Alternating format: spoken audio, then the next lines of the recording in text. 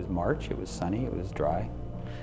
There was 2 cars. Arthur was in one car and he was in the back seat. It was a little Isuzu. And as they got out off of the Pat Bay Highway heading back towards Stellies, they started a race.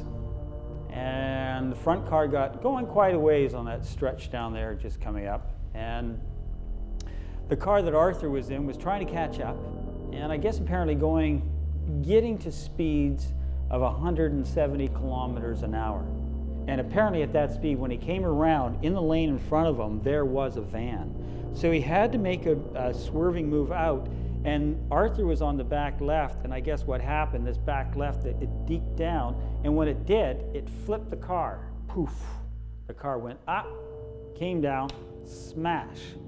That's when it basically crushed Arthur and imploded him this way. So it like, blah!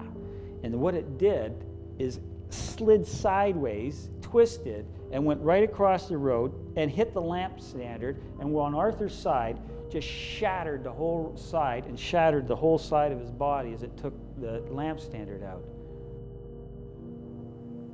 I wasn't prepared for what I was going to see in that emergency room. Arthur was laying on a bed. Everybody was rushing around him with blood stained on towels and sheets, tubes, pipes,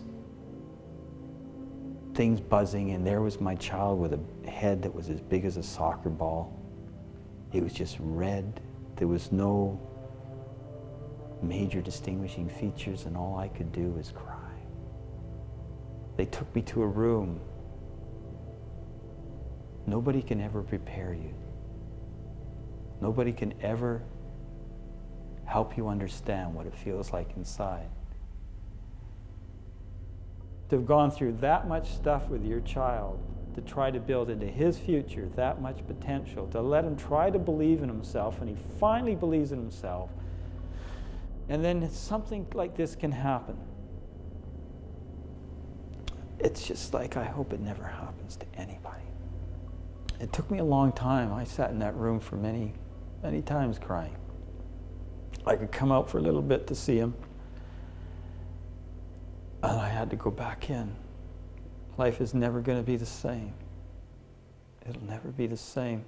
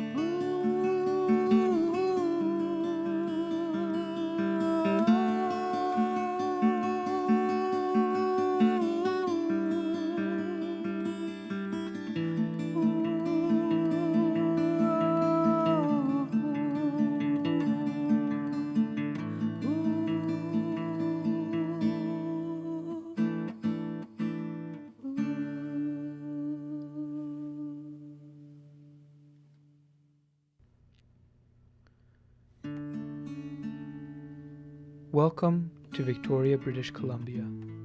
The Garden City lies at the southern tip of Vancouver Island, just off the west coast of Canada. Its picturesque downtown core and surrounding natural beauty attract thousands of tourists and new residents each year. But it doesn't take long before visitors start seeing that the abundance of wealth that many in Victoria possess is not shared by all. As in many Canadian cities, homelessness is a serious problem in Greater Victoria. In 2007, Victoria's homeless and unstably housed population was estimated to be at least 1,200 people. This is considered to be a vast undercount. In Canada as a whole, the homeless population is thought to be between 150 and 300,000 people. Though it is impossible to speak for such a diverse population, I want to show you one of their stories. This is Michael Wallace. Michael has lived in Canada for almost his entire life, with much of that time spent in and around Victoria. After graduation, Michael married his high school sweetheart and entered the work world. Michael has worked in a range of industries, as an entrepreneur, a farmer, a private contractor, and a business owner. It was in the wake of a failed attempt to run a waste management business that Michael was abandoned by his wife and left to raise his then 3- and 5-year-old sons, Arthur and Caleb, on his own. Though never wealthy, Michael had always managed to keep himself and his sons sheltered, clothed, fed, and relatively comfortable with little outside assistance. It was in 2002 that Michael was going to return to what he had always loved, farming organic produce. But just 2 weeks after Michael gave notice at the house in Sydney that he was living in with his sons, Arthur was nearly killed in a car accident. The accident was the beginning of a string of circumstances and bad luck that ultimately left Michael without a stable roof over his head for almost 5 years. And as a result, Michael was introduced to a reality that seems incredibly remote to most Canadians, as it did to him, until he became homeless.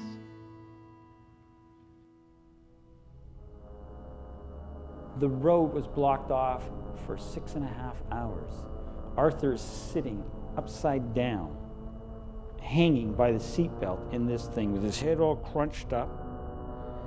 It shattered his teeth because now he's been crushed down like this. It chipped his back of his neck. It shattered his right humerus. It cracked his ribs. It actually broke his back. It cracked his pelvis. And he was upside down for 5 hours, and his lungs were filling up on blood and vomit.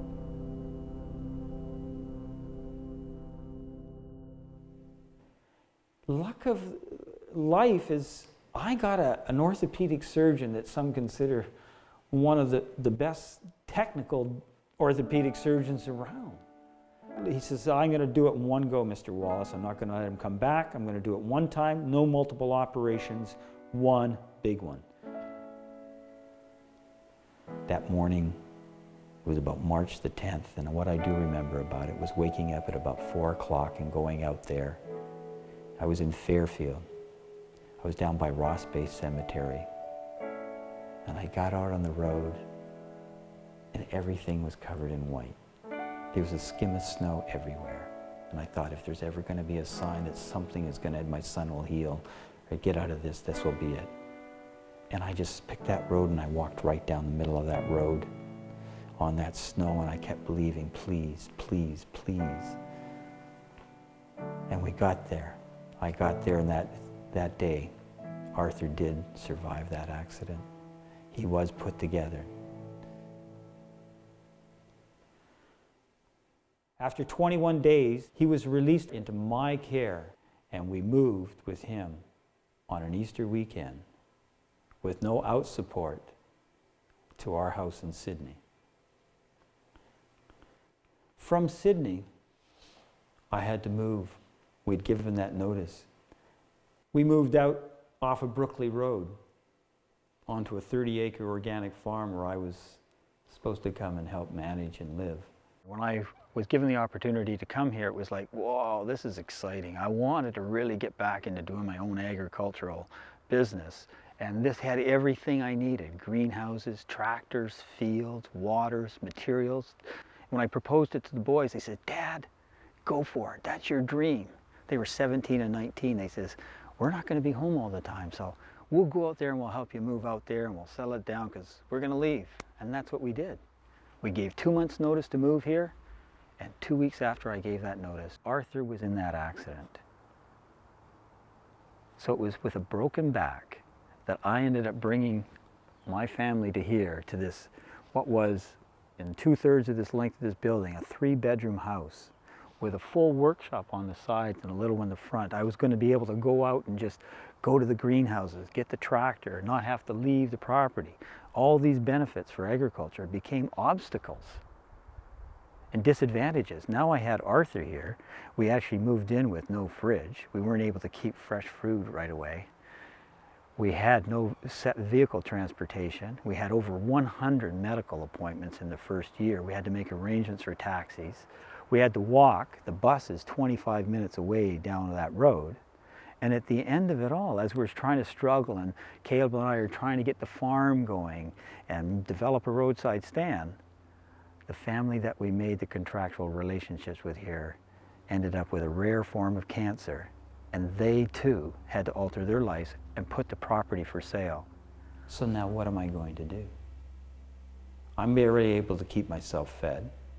I've lost over 100 days of income in the first year is what happened. And at the beginning, it was so intense with doctors and psychologists and medical reports and ICBC agents and lawyers that there was no time for me to do anything. We were falling steeply into a financial crisis. I got to the point where I wasn't even that Caleb was ready. He started moving off. He was going to get his life going, like he said. I'm not even able to feed him. And it came to that point where I told the boys, I have no more money left to care for you. And Arthur had friends coming there, and Roger. Thank goodness for Roger. Introduced and told his family of the plight. And it was the Plandon family, not my family. It was the Plandon family that came. And they says, we will take him. And they took him. As I'm falling off, this other family took my child to let me help me get my life and get it structured, because now I no longer have a place to live. And I can't provide a house, food, or assistance for my son. That became the most guilt-ridden time of my life. I actually started passing out, blacking out, and just becoming totally emotionally and mentally collapsing. And it's like, you know it's happening, but you don't know how to stop it.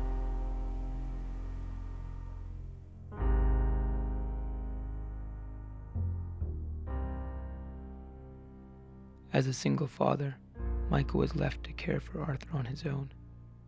And because he was a private contractor, Michael received no compensation for the hundreds of hours of labor he lost in the first year after the accident. And though Arthur was able to live with the Plandons and Caleb had moved out on his own, Michael had to try to find affordable accommodation for himself after the plans at Lindburn Farm fell through. Finally, with a former client, Michael was able to work out a deal in which he got an illegal suite in Fernwood in return for his skills as a renovator. Some of the things I would do here is I repair the roof work. We replaced the roof. I did the brickwork, helped build the deck, do the stairways, prune the trees, establish gardens, built doorways in the front, renovated whole suites, put in bathrooms, did plumbing, and these are for some industrial things like dentist buildings and that, the electrical work, drywalling, painting, just about everything. I think I even washed some windows and cleaned some fridges out too, did the odd toilet too.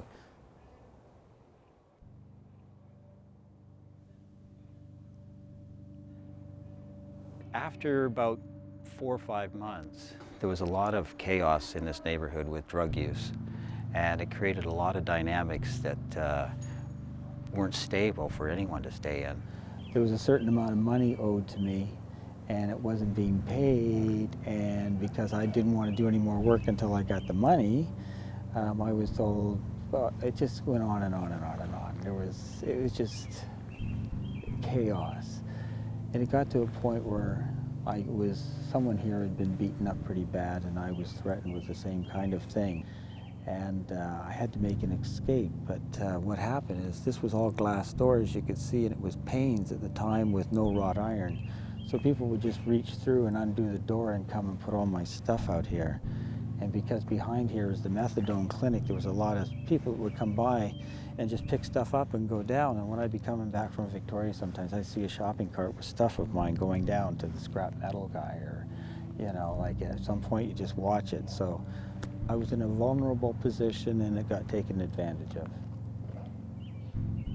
And, you know, like when there's people with knives that are making threats and that, you know, it makes you really stand back and think, wow, have I ever had kind of a guarded life? You know, you hear about these things, but now I'm here amongst it. You know, I'm dealing with those threats. I'm dealing with that reality. And that creates a whole nother stress. Life was becoming increasingly precarious.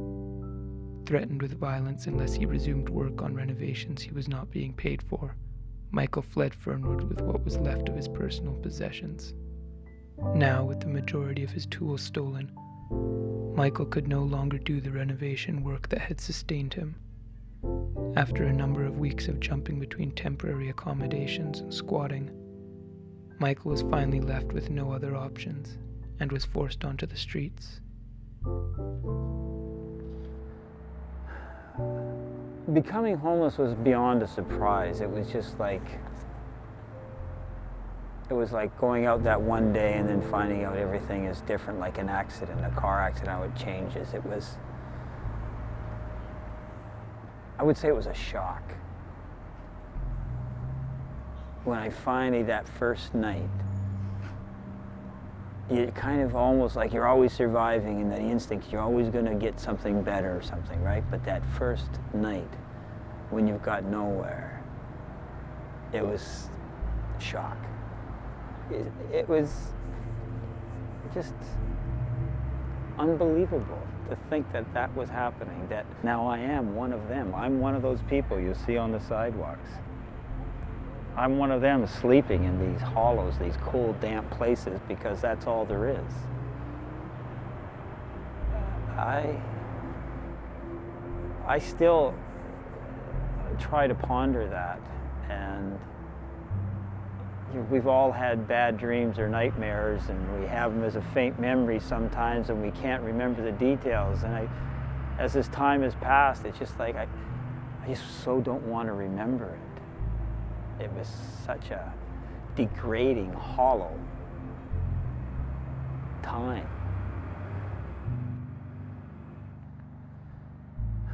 The very first time that I had to sleep outdoors was right here, this very location. I'm right here by Inner Harbor. This area is known as the L Bench area. Many on this top area, many people would come. It would be a regular daytime drinking spot. All here was plant panthers that had shrubs that hung down and created a whole canopy here, which offered the visual protection. It had security, a wall for protecting my backside, quick access over down there to the visitor center for the showers, quick access down over there to View Street for the 910 Club for hamburger, soup, and coffee in the morning, and then a little jaunt down there when our place opened so you could actually get dry. And then come back around here and hang out until you went to some place for lunch. And I wasn't the only person that used this area, and sometimes you had to come in here and either somebody else would be here or you'd have to watch, because some people came here and they were shooting up. So I started realizing that I had to be careful when I picked my crash sites at night, because, you know, you got to go under the branches. You got to make sure there's no rigs under there. The rigs being, you know, the needles for intravenous drug users and that. So that was an eye-opener for me the first time I woke up and came out and realized that, oh gosh, there's a needle out there, right? I'm not even thinking that. That's how naive I was.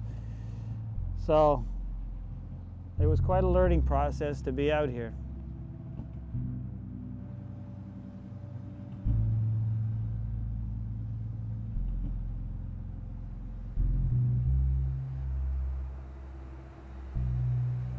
All of my life I've had a house, I've had my own bedroom, and I've been love my bed. I love the sheets clean, I love it like that. And to think I'm going to pick locations on the ground, because that's all that's there. I'm going to have to find something that gives me security next to the corner of a building, under the shelter of bushes. What if it rains? Where do I hide my stuff? And at the beginning, because of this disorientation of not having a plan of this happening, I never expected this to happen, is where do I sleep?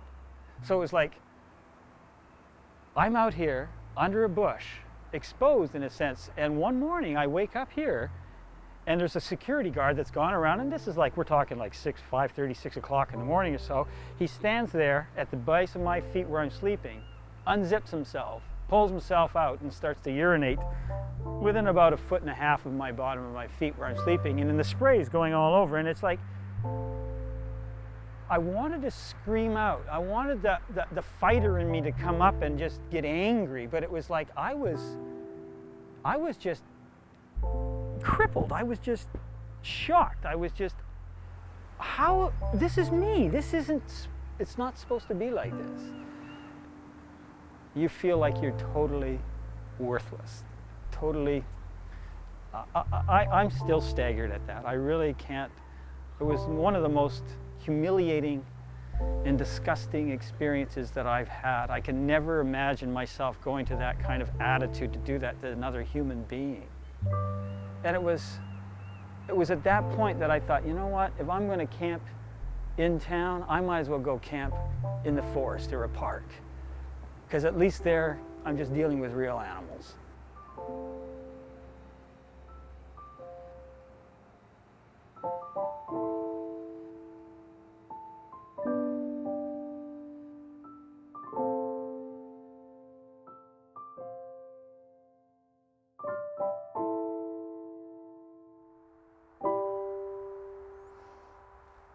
The reason I moved out here was because of the conditions that I had met in Victoria by trying to rough sleep or camp out there.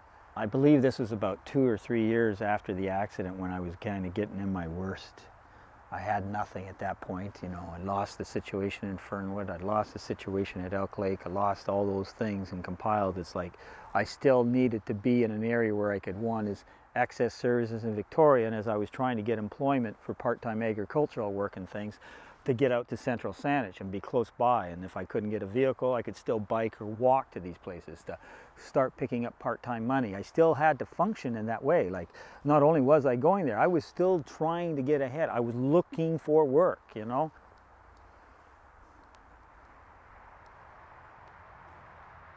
You know, it was escape, you know, it was part of the healing process, was just be able to come out here. Like, well, if you're going to be homeless and you're going to hang out, why hang out in the middle of town all the time?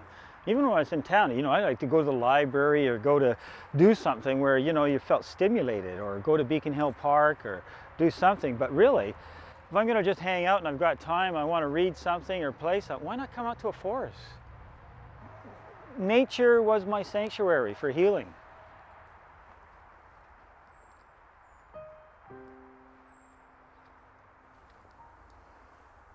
The loneliness of being alone, I'm used to being alone, but it was the depression, the isolation, the inability to be socialized, the mental, emotional, physical deterioration that happened by the whole experience. Those were the crippling things, the crippling psychological effects of having to live in a makeshift tent in a forest, just off the community that you've lived in for 40 years. You know,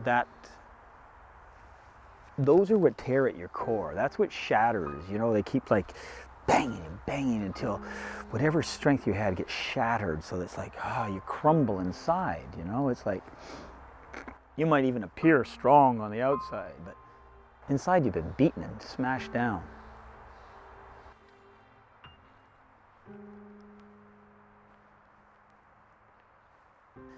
And then this is like what I had, that little bit of an opening here, and this hollow. And I thought, well, I've got all this natural low cedar here. That will give a great all year round covering that will never alter. And I really went into the camouflage with that. And then, like I say, you can see it's a little soft area here too. So I thought, okay, there's sponginess. And this is basically the hollow. So that I'm actually like, there's ground level there. And I am just down here. So when I had this built up like that, I could come down inside of this like this. And so if anybody was scanning, the top of my tent was below the level of these. And what I would do at times is I took other branches and I would lay them over, because people expect the forest to be dynamic and branches to move, so I did that. Yeah. So then I could come on out here. I could crawl up and I would be about this height here with my entranceway. So it's kind of coming out like, it was actually down here, so when you looked you couldn't see the entrance. And I could come up and I could take a look and see, okay, there's people on that trail. There's nobody there. And you listen, you hear their voices. Then I could pop up, have my good coat on, pop up, walk to that tree, look, if anything, just to let people think that, oh, he's just looking for a place to have a pee, and be obvious about it in case anybody did see me. And then with my good coat on and that, right? I wasn't carrying a backpack, and I had coats that had sleeves underneath that had pockets, so I could really stuff it up. And I just walk out, get on that trail, head there, get on the bus, and then go to Access Services down in Victoria. But I never hung out here. This was just strictly a place to come and sleep.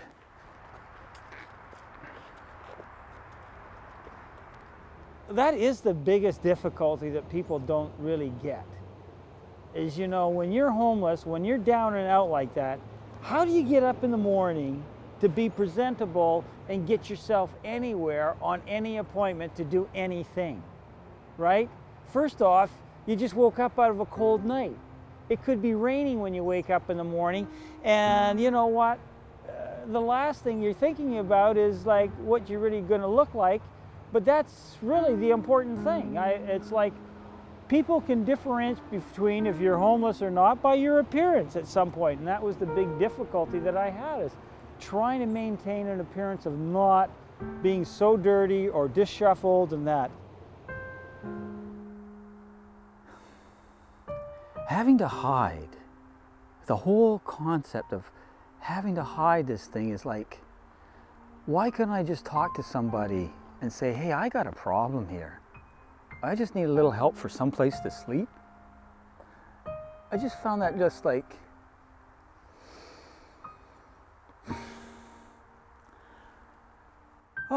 that just really contributes to the hurt. You know, like we don't even have dogs laying outside. And you feel like less than an animal at times. Like, I've got a voice, I'm a human, I can speak.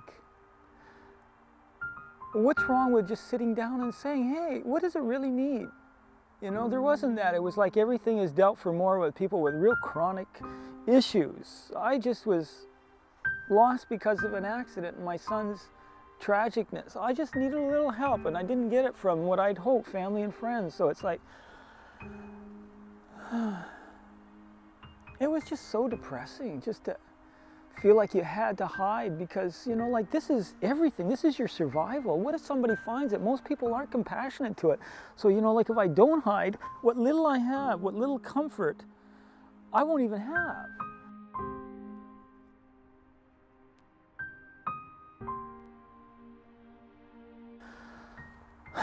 So hiding,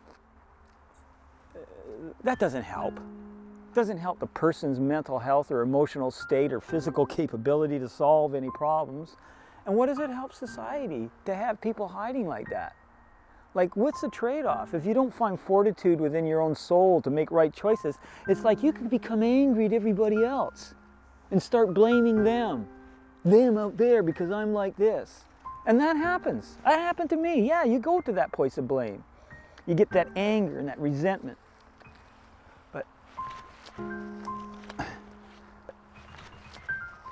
Just don't give up. That's what I found was the thing. This was just like, don't give up, man.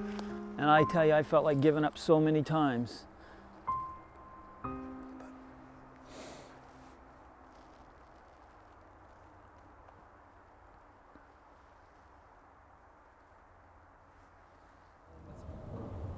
Many times when I was homeless, I pondered, why am I not getting any help from my family? And I reflect back into the early 90s when I was getting into the garbage business. I had a choice at that time to buy real estate in Brentwood Bay or make the investment into waste management. My parents said the real estate. They did not want me to get into the garbage. I made the investment into garbage. During that time, I was competing against the third largest garbage company in the world with sales of $1.5 billion. I ended up not being able to compete against them because of their contracts and their pricing that they did. So I reported it to the federal government, and the federal government had an investigation that had been going on across Canada about this company. And when they talked to me, I had specific evidence that nobody else had. So they said, we will come over and investigate that. The lawyer said, Michael, there are possible connections with organized crimes, and you have to think of that. So I discussed this with my mother and father, and they says, drop it. You don't want anything to do with it, because if anything would happen, they won't go after you, they will come after us. I pursued it. I gave the evidence to the federal government.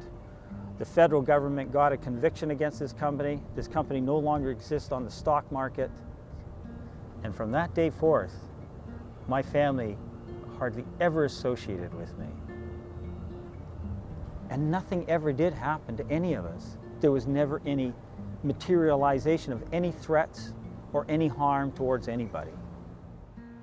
I could have died out there in the woods and nobody cared enough to come and take a look where he was. Like even now, if my family, no matter what's gone on, if I heard that one of them was that desperate, that emotionally collapsed or broken down, I would be compelled to go out and find him. And that's how I always feel. I don't know. That was the Hollows, and it almost led like that other people, when they know your family's rejected you that much, it's like, boy, you must be a worthless piece of no good, right? So it almost set me up. Like, I remember one person that finally, stole a lot of stuff from me and kicked me out of a building. Their comment was, boy, I haven't really seen anything like that where a family rejects somebody in a situation like that so much. It was almost like it allowed them to, prompted them to do their own level of victimization. So, I don't know. It's still hollow to this day to think that my family doesn't care that much. But I gotta get on, at least my sons do. So that's all I've got left, and they're my immediate family. So they're still in my life.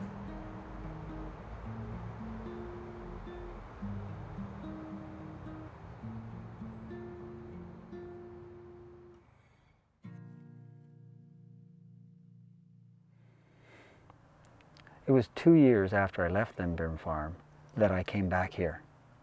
I found an open window, so I was able to find myself entrance to get a place to stay, and more importantly for me, was a place to get clean. There was a bathroom in here, a bathtub. The other important part about being here, I had found some part-time work on a farm over on Old West Saanich. So I was within walking distance. I could come home after work and get washed. What I did is I found a couple of open windows, and I got myself up, and I would jimmy this window so that it looked shut. But if I just worked it right, I could pop it open, and then this is where I would sneak in. So it's like, given a choice, what do you think? Gonna do the honorable thing and not do a B&E and stay out in the weather and get wet and cold? Or are you gonna do something that's less than honorable and come in and get into a building so that you can have some stability? So I entered through this window here, and what I basically did in here is I stored my stuff in this closet off of this bedroom that Arthur used to be in, and just a little closet, but enough. Then I would come out to this room, and this room I had to make really private. Like, I wanted to have a light, I wanted to be able to read and do things, and that closet accommodated that. But I came here in the night and I started blocking it off, and I found some sheets of cardboard, and I I put the cardboard up along this, and I was very careful to hand feel it and, you know, start taping it all off, duct taping it off, and getting it all blanked off. And when I felt really comfortable going out and checking, I came back in. I turned the lights on, and what did I see? I saw the cardboard box with the reclining chair that I had to struggle so hard and fight for ICBC to give Arthur to go to school in. And there was his name, Arthur Wallace. I thought, oh, the reason I'm in this room is not only for my safety from homelessness and the weather and the occupation down there, but my son is working 25 minutes down the road. And what he said to me, Dad, every time I see you, you're crying, you're breaking down. He says, if you keep doing this, our relationship is going to get damaged. He says, you need to go and heal so that we can have a relationship. That's why I chose this. And when I saw that box with that name on it, I knew I couldn't escape. I had to deal with those pains and grow through them so that I could continue and have a relationship with my son. After a while of being here, I came back one day and I found signs on the doors and on the windows saying, all your possessions are with the Sandwich Police. You can pick them up there, private property, stay off. Well, I knew my things were gone, but up in the attic, I still had my guitar and my laptop computer with all of the information that I needed.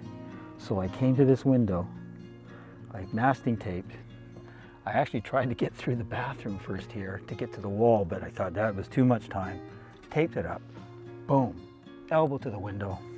You can see I crawled through, went up in the attic, got my computer and guitar, and I never came back to Lindburn. I was really messed up. You don't make really long-term decisions. You're making decisions based on, boom, this is it now. I got it. Save myself. Crisis situation. I can't even imagine doing that now. I can't imagine going into somebody's place and taking it over to live in it for my own protection and security. Like, that was me?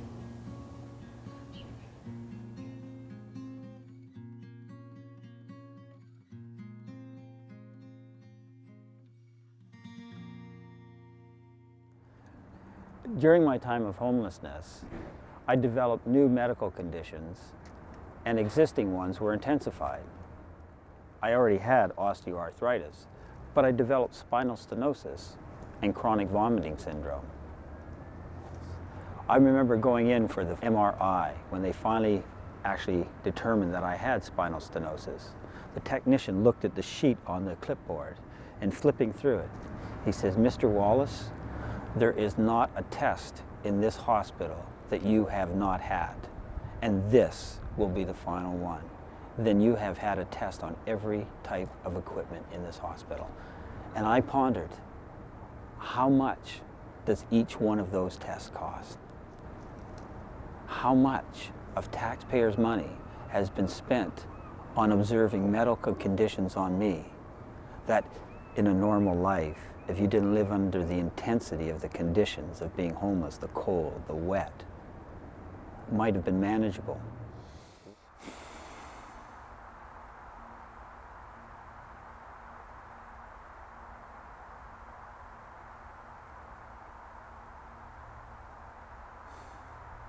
I'm glad I don't live out here anymore. Yeah. Yeah, to have to do that again, I just can't even imagine it now. I think I could probably read the signals if something like that was happening in my life now, but to be left out here like that wasn't, you know, so debilitating in so many ways. It's not just the house that's missing in the home, it's everything that comes with it that we take for granted. The security, the privacy, the ability to be able to create in a place. To be able to plan, to be able to think, to ponder, to socialize, to have friends. To be able to share a meal and laugh. You lose all of that. You don't have any time really to reflect, and if you do, it's reflecting on the desperation of your situation. It's not like you're empowering yourself. You get into a pattern of psychological deterioration. You're just, whoa, you know, how can you not? You're cold, you're wet, you're hungry, you're alone. You have no you can't see anything in the near future that's positive, or even after that, like, is there any future? It was around here that I was so depressed that I contemplated suicide. I seriously thought about it, like, not that's what I'm going to do, that's the solution, but I really seriously thought about it as this state of depression, this state of destitution. It was like, this is why people commit suicide. If you get this low, this hurt, this despondent, this separated, and that's what happens. All those things I say, it finally is, there is this separation. You can, you know, you live it. It's just so in your face. You are something less than a human being when you hit those levels. I want to get past it and one day never remember it, really, you know? But it makes me, every time I see somebody else that's homeless and on the street, I never now make a judgment, oh, look at that. Even if they're the obvious, there's things that seem obvious. The thing is now that I have experienced it, and now that I know it grabbed me unexpectedly and drew me into the void of despair, I think, you know what, when you're that depressed, when you are that lonely, you just don't have the personal ability to problem solve, plan, and make it. And like, if I hadn't had that guitar to just have an avenue, I really don't know where I would be. And it was on the other side of this lake from here. I used to go because I could get to private spots away from this noise, and when the trail was closed, there was no people. And I sat down that one day with that one piece and I said, I'm going to compose it. I got a little riff, I got sound, and I thought, I'm going to try to make a piece out of this song, this here, that reflects exactly what's happening for me in this environment as a key to say, no, Michael, there's something more than suicide in the future for you. Take one step at a time, one note at a time, and create your mind to focus on that. Focus on that one thing. Forget about what you can for as long as you can by focusing on that one piece of music, and make that piece of music. And that's what I did. I just went, and every day that I could take those quiet spots to take that little riff and make it something to add it to that next one. And it was a process, and it was that process that was my stepping back.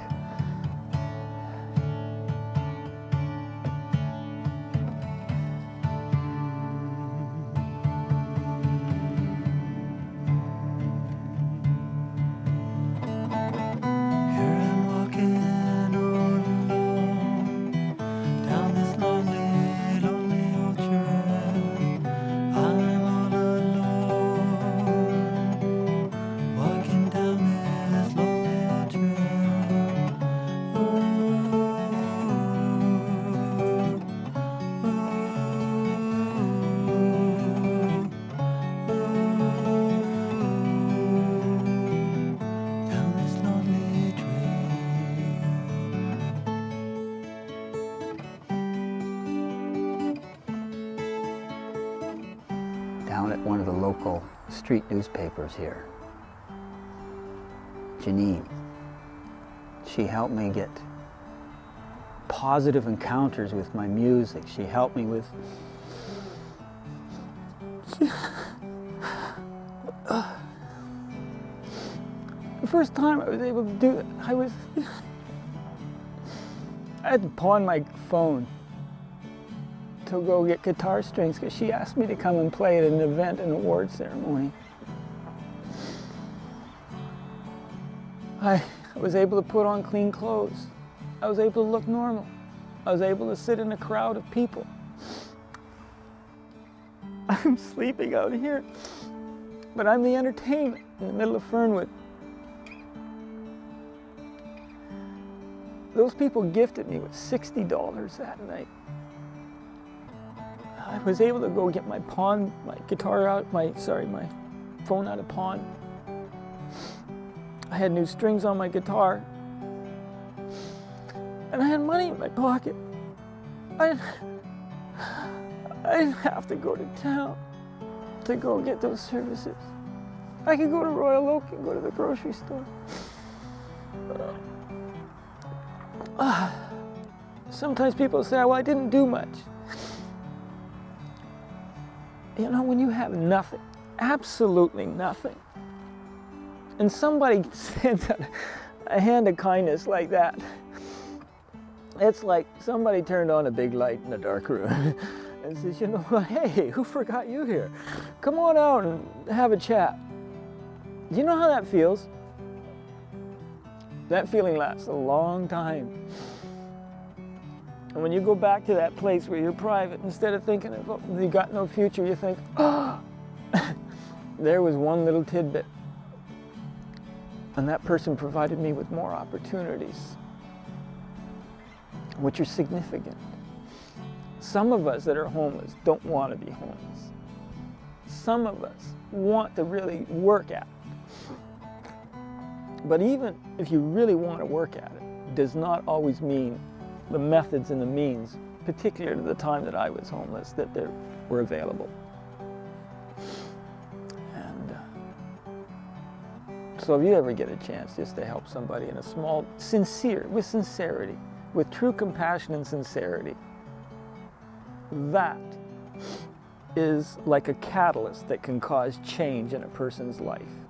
And the more consistent that could be offered to somebody, the more that person that is victimized by whatever circumstances, it can give them the opportunity and the tools, perhaps in their heart, to heal.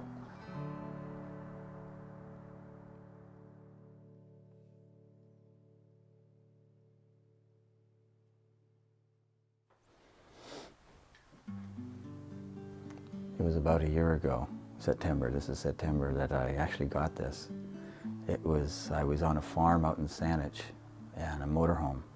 It was in August, and I knew the settlement had finally come through on this accident, and he was looking for some real estate to invest into. And so when he showed up, he says, Dad, I got something to show you. And well, I thought, oh great, he's got a location, bought a house and that, oh good for him. And he never said anything. And then when he came up here, it's like, Dad, I want to show you this. This is for you. And this was probably one of the most significant changes to allow my life to be what it is. This is my kitchen now. I actually have a kitchen where I can actually cook, do my things. It's a small place. I don't really need a lot. Now I have my bed out here for a very particular reason. One, I only have so much space, but music and my guitar has been a vital part of my life through this homeless journey. And it's the thing that actually has helped me stay around, it seems. So I would like to show you what I've done with the bedroom. The bedroom I've made into my little studio. I only had the one guitar when I was homeless, which is in that case there. I spent a lot of time with this guitar.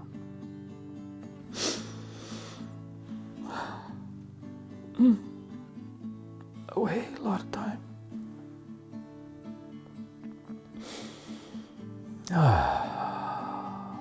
Those were a lot of lonely days out there. I don't have to be lonely anymore. I can wake up here and I can look out my window. I can see the trees. The deer come by, the hummingbirds are at the windows. But here's one of the main things that has been the blessing. I get up from my bed and I have a bathroom. You know, you say go to work and do things. What about self-pride? You know, self-esteem, you know, thinking, I want to look good, I want to appear the best. Unless I can come in here, how does that happen? When you're homeless, where do you go? Readjusting to actually having a home has been an unexpected part of this. I actually had the expectation, you know, like I had been so craving and desiring to have what it would be like to have a nice place, that I too thought that when I get there, oh, life will change immediately, and you know, I had that expectation or that hope, I guess. But that doesn't seem to be the reality. It just, for the first 3 months, it was almost like, pinch me, is this real? And I actually broke down and cried many times, just in the sheer disbelief. It's just like, you know, one day things were not good, and the next day things are completely different. In a really good way, and you think, wow, you can really go with that. But you know, it's taken a while. And then the next 6 months was this personal reacquaintance, in a sense, with who I am and what I'm doing, and that's what I've been able to now put together. And the biggest contrast for me is the thankfulness I have for just about every small little piece of comfort. I say thanks every time I get into my bed, every time I feel how nice and comfortable it is, every time I feel how those sheets are clean, every time I can get up and I can go to the toilet, every time I can get into that shower and have a shower, every time I can do my clothes and laundry, every time I can lock my door, every time I can turn on a light or turn off a light, and I know that I can go home and everything is stable, everything is clean, everything is mine, and it'll be there, and tomorrow I can get up and do something again. I really, I don't see why we can't give that to everybody. Just that simple amount, you know? After Arthur showed me the place and told me this was going to be my place, and I remember when he came in about 3 months later and all the walls, there was nothing on the walls, he says, Dad, you don't have any pictures on the walls. He says, stick some pictures on the walls and stick around for a few years.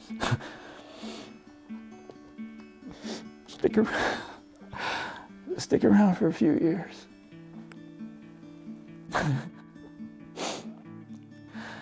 I'm sticking around for a few years, Arthur. Oh, what a blessing to have him. Now I'm set up. Now I can be back. I like getting up in the morning with something to do. I like having a plan. I like having goals, and I like working towards them. And now, housing, stable housing, affordable stable housing, clean, affordable stable housing, with a good landlord, a really good landlord. That goes a lot to help a person, just to be able to say, okay, life has been tough, I'm going to get over it. You get over it, and now I can get on with it. So you're looking at one happy, happy man for the blessings that I live now.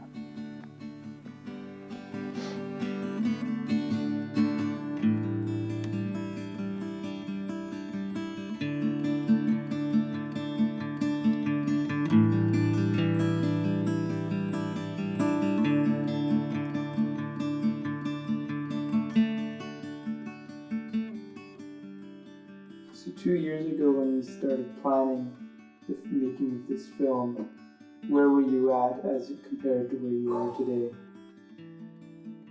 You know, sometimes I can't even believe what happened when we were together and what's going on in my life then and what is now. it's just like the transformations have been exponential.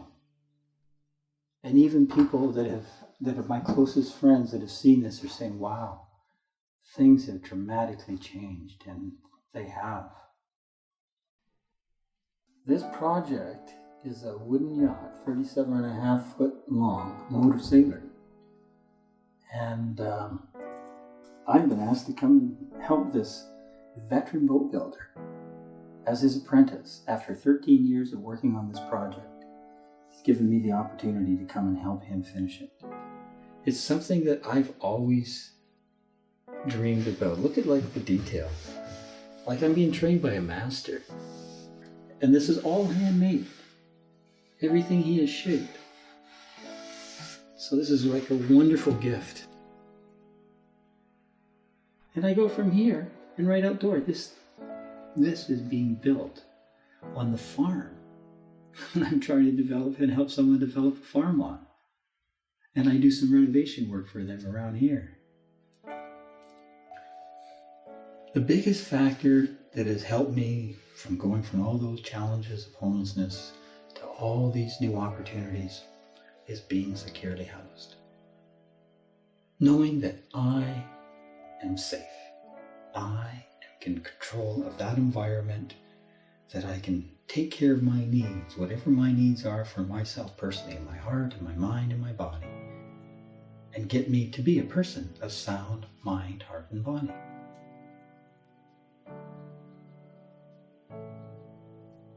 So it's like, yeah, life is way different. There's joy, there's productivity, there's opportunity, there's security, there's some prosperity in various ways. There's camaraderie, there's art, there's expression, and there's time to rest. And there's time for me to go at the side of a lake and sit there, not because I was depressed trying to survive. And I still go to those old trails, those what were lonely old trails over there. Now I can go with other people in a fishing rod or a bicycle and sit down and have a picnic lunch.